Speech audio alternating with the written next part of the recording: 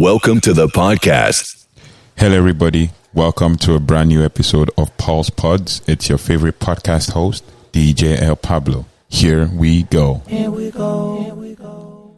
Hi, everybody, and welcome to a brand new episode of Podz. It's your favorite podcast host, DJ elPablo, once again. And I hope you have enjoyed the podcast episodes so far. And I believe that, we still have a lot to give you. We have a lot that we are putting out for you to really gain something new in this season that we're in, right? And I hope you enjoyed the last episode we released about, looking ahead. And I hope you started to put your plans in place. And I hope you started to put in the work.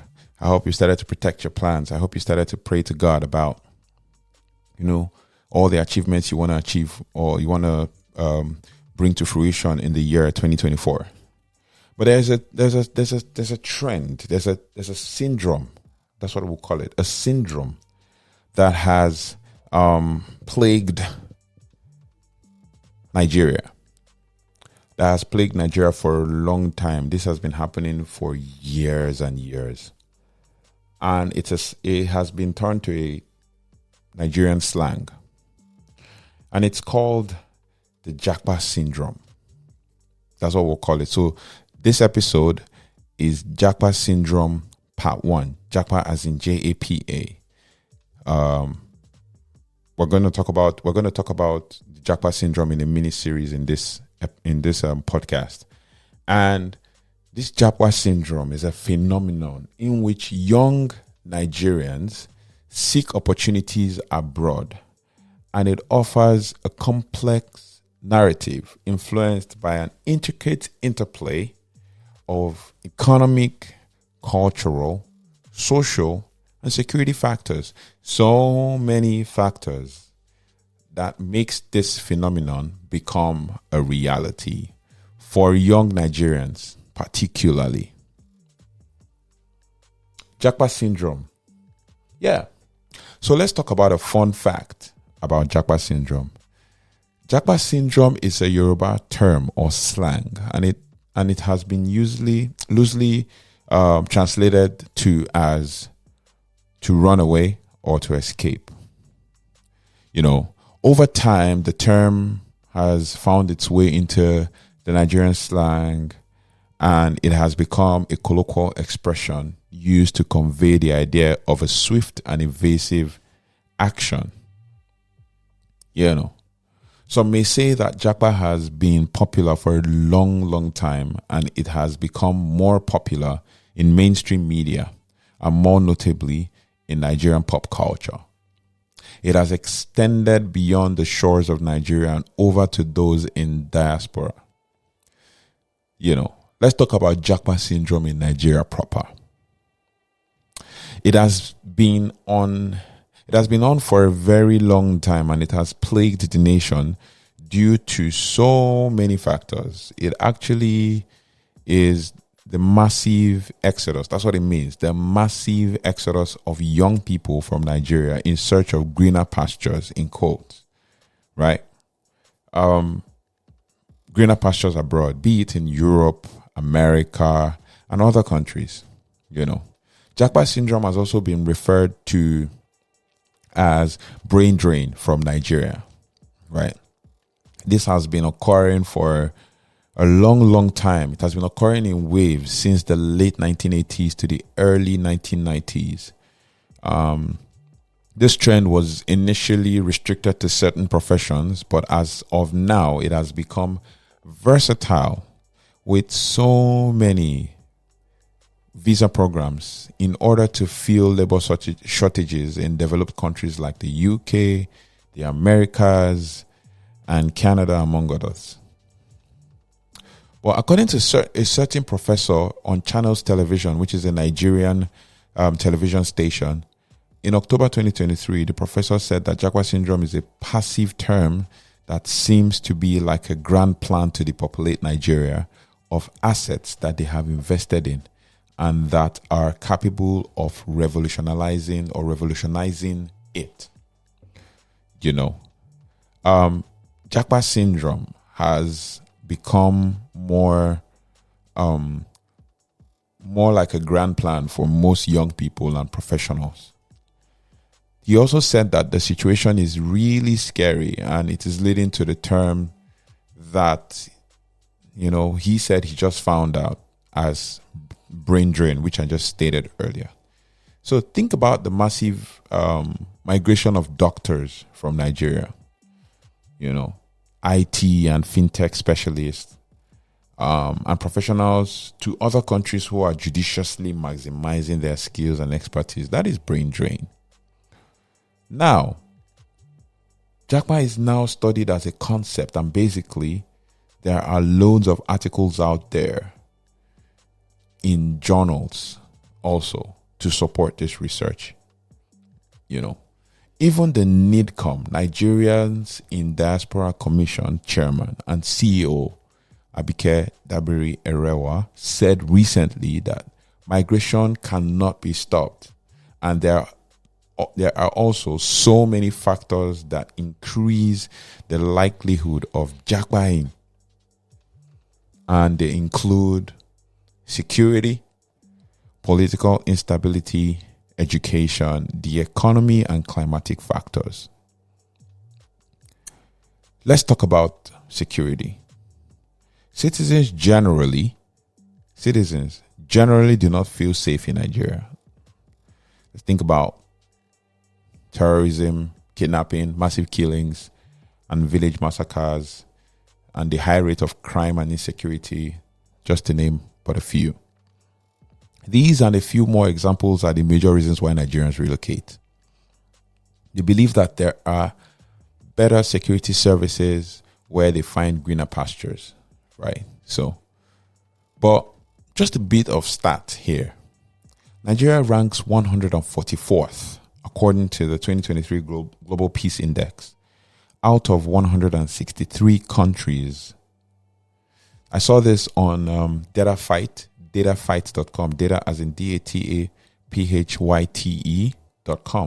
The stats and the details are there, and I will tell you some of the things that have been iterated due to the amount of data collected and analyzed.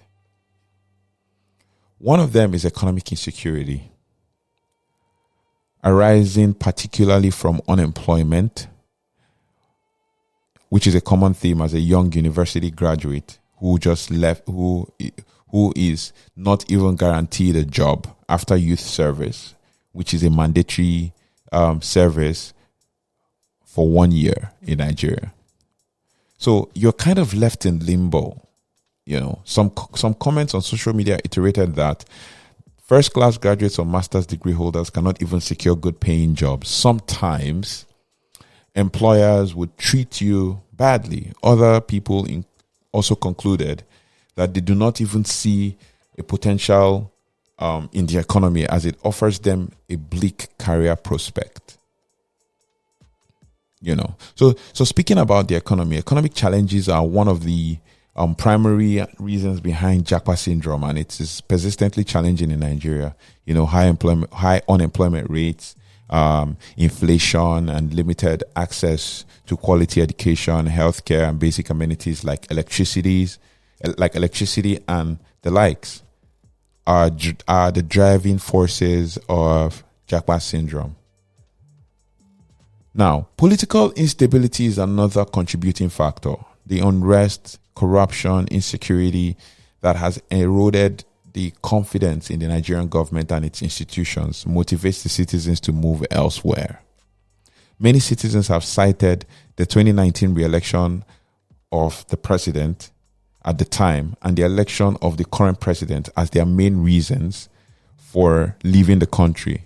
They don't trust both presidents and would rather leave the country. Some of the other causes of the brain drain include mass unemployment, as I stated earlier, poor salaries, poor working conditions, poverty, religious crisis, currently ongoing. Reference to Plateau State, the massive massacre in Plateau State.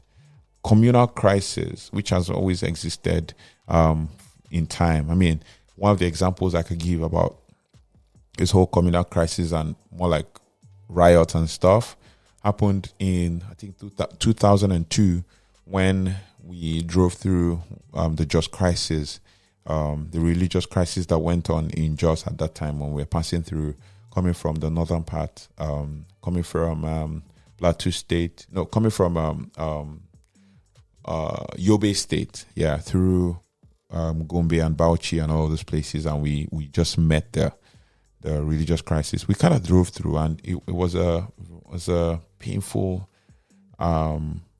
sight to behold, driving through the riot in military convoy and all of that. So, communal crisis and political crisis, as the case may be.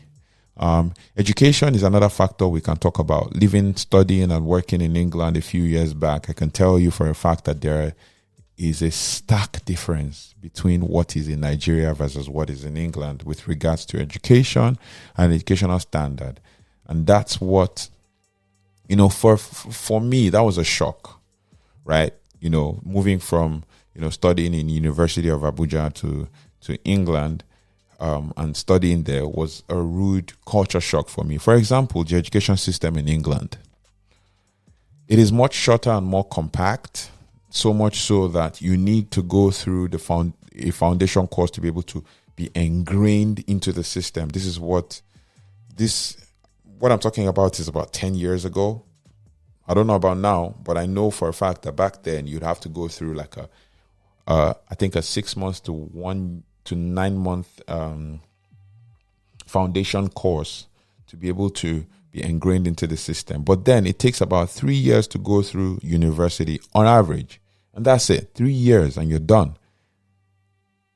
In Nigeria, 4 years on average. There are some courses that take up to 5 years. There are others that take up to 6 years.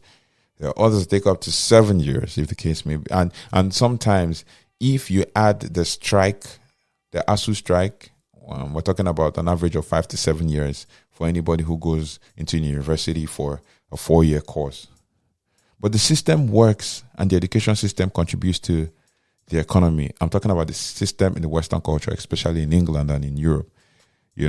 If you've listened to one of the episodes in one of my podcasts in season 1, one of my podcast episodes, you have heard an episode titled 2010-20 about the Lekki Toll Gate massacre, and you would have a perfect example of what will make Nigerians to want to JAPA, where they feel safe to live and live their lives in peace. I can go on and on basically talking about most of the things that would make the citizens migrate to other countries, and we would not even exhaust the list. But one more we could consider in this situation is the climate, but I don't think that is the most mitigating factor to remaining in Nigeria.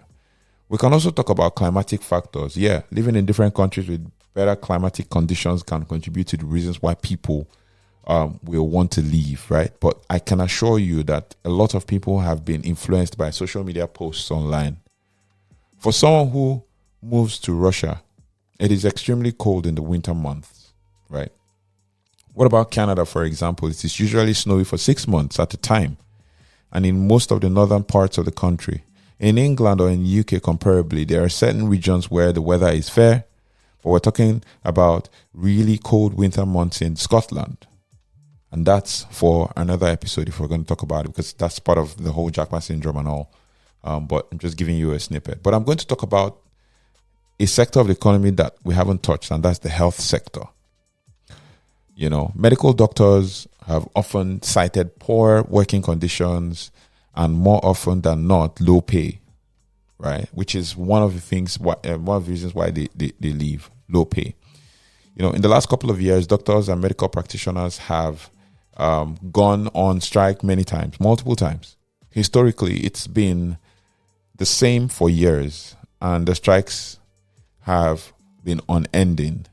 Now, the brain drain medical doctors and medical practitioners have left Nigeria. Like the reason, part of the brain drain is the medical doctors and the medical practitioners leaving Nigeria to move to the UK, the USA, and Canada, mostly because of the opportunities for career progression and improved quality of life. one of the pull factors is better working conditions and amazing facilities, with increased demand to fill up labor gaps or demands in the health sectors of the countries that they are emigrating to.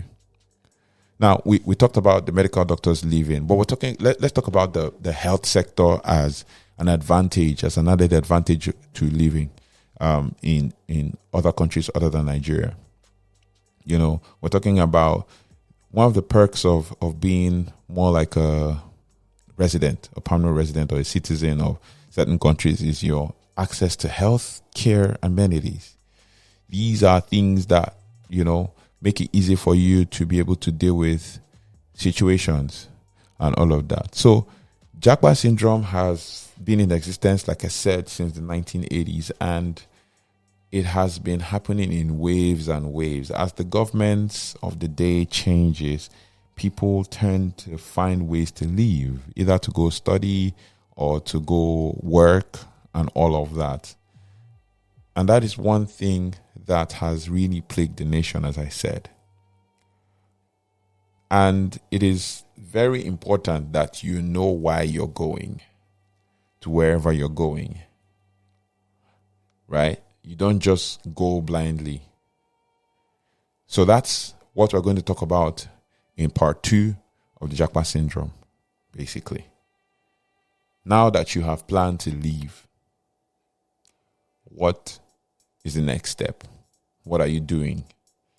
Right? So I just want to thank you. This is more like an introduction to JAPA syndrome series, which are going to start. And we might also have guests along the line. But yeah, thank you very much for listening. And thank you very much for following through to the end of this episode. I hope you've learned something new. And I hope you've been able to build capacity with listening to this episode. God bless your heart as you progress with your plans for the year 2024. And see you on the next one.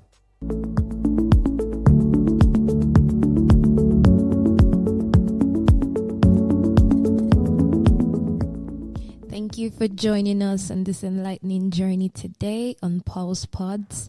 We hope you found valuable insight and inspiration that resonates with your quest for meaning and purpose. But our journey doesn't end here. To stay connected with us and be a part of our vibrant community, make sure to follow us on social media. You can find us on Instagram, Twitter, or X as the case may be, and Facebook at Podz. Further details can be found in our Linktree site.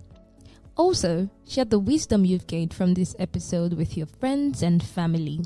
Together, we can inspire and empower more people to embark on their own path towards a life filled with meaning and purpose. If you've been profoundly moved by our discussions and would like to support the podcast, consider becoming a patron on our Patreon page. Your support enables us to continue bringing you thought-provoking content and explore even deeper depths of the spiritual and human experience.